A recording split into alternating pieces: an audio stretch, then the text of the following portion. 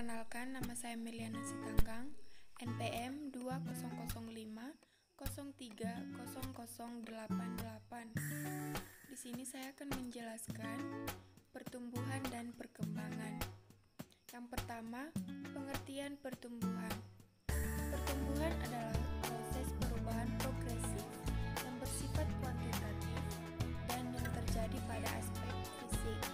Contohnya, munculnya gigi baru. Yang kedua, pengertian perkembangan. Perkembangan adalah proses perubahan progresif yang bersifat kualitatif, fungsional, yang terjadi pada aspek fisik dan psikis. Contohnya, kemampuan berdiri dan berjalan. Semakin meningkatnya kemampuan berbicara, berimajinasi, berpikir, dan berbicara. Persamaan dan perbedaan pertumbuhan dan perkembangan. Yang pertama, persamaan. Keduanya merupakan proses perubahan progresif. Perbedaannya yaitu pada sifat perubahan, yaitu pada pertumbuhan perubahan bersifat kuantitatif, sedangkan pada perkembangan perubahan bersifat kualitatif, fungsional. Yang ketiga, aspek yang berubah yaitu pada pertumbuhan yang berubah adalah aspek fisik saja, sedangkan pada perkembangan aspek yang berubah adalah aspek fisik dan psikis. Selanjutnya, hubungan pertumbuhan dan perkembangan. Perkembangan tidak terpisahkan dari pertumbuhan. Perkembangan terjadi bersamaan atau setelah terjadinya proses pertumbuhan. Perkembangan terjadi dengan baik jika didukung oleh pertumbuhan yang normal. Berikutnya, faktor-faktor yang mempengaruhi perkembangan. Yang pertama, menurut teori empirisme John Locke. Empirisme disebut juga teori tabula rasa perkembangan individu ditentukan oleh pengalamannya. Pada saat dilahirkan, jiwa manusia dalam keadaan kosong.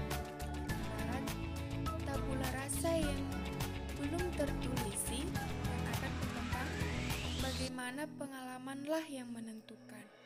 Yang kedua, menurut teori nativisme, yaitu Arthur Schopenhauer, perkembangan individu ditentukan oleh pembawaannya. Bila individu dilahirkan dengan pembawaan yang baik, maka otomatis dia berkembang menjadi baik dan sebaliknya.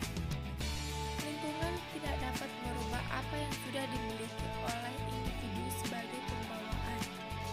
Yang ketiga, menurut teori konvergensi, tokoh teori konvergensi yaitu William Stern. Teori konvergensi disebut juga teori interaksionalisme. Perkembangan individu merupakan perpaduan antara faktor pembawaan dengan faktor pengalaman. Yang terakhir, prinsip-prinsip perkembangan. Yang pertama, bahwa perkembangan merupakan perubahan progresif, perubahan ke arah. Yang kedua, bahwa tahap-tahap perkembangan awal merupakan dasar untuk tahap-tahap perkembangan selanjutnya. Yang ketiga, bahwa perkembangan membutuhkan stimulus. Yang keempat, bahwa tempo perkembangan bersifat individual. Yang kelima, bahwa perkembangan berlangsung dengan mengikuti pola tertentu. Dan yang terakhir, bahwa perkembangan berlangsung secara bertahap. Sekian penjelasan saya. Terima kasih.